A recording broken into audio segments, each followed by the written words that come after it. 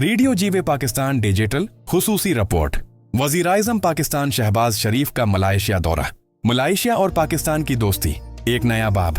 मलाइशिया और पाकिस्तान की दोस्ती एक नए दौर में दाखिल हो चुकी है। वज़ीर-ए-आज़म मोहम्मद शहबाज शरीफ के हालिया दौरा मलाइशिया ने दोनों ममालिक के ताल्लुकात में नई रूह फूंक दी है।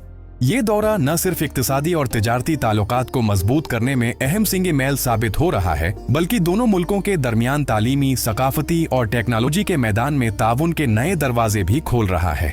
वज़ीर-ए-आज़म शहबाज शरीफ की अनथक मेहनत और मुतहर्रिक क़ियादत के बायस पाकिस्तान सफारती मुहाज पर नमाया कामयाबियां हासिल कर रहा है।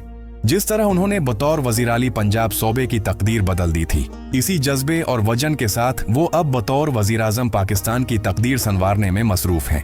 मलाइशिया के हुकूमती और तिजारती रहनुमाओं ने पाकिस्तान के साथ ताल्लुकात को मजीद वसाअत देने पर इत्तेफाक किया है।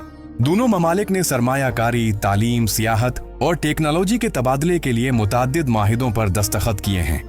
ये ताल्लुकात न सिर्फ खत्ते में अमन व इस्तेहकाम के फरूग का बायस बनेंगे, बल्कि मलेशिया पाकिस्तान जिंदाबाद। एंड एज सेइंग गोस, दोस्ती का हाथ कभी खाली नहीं होता।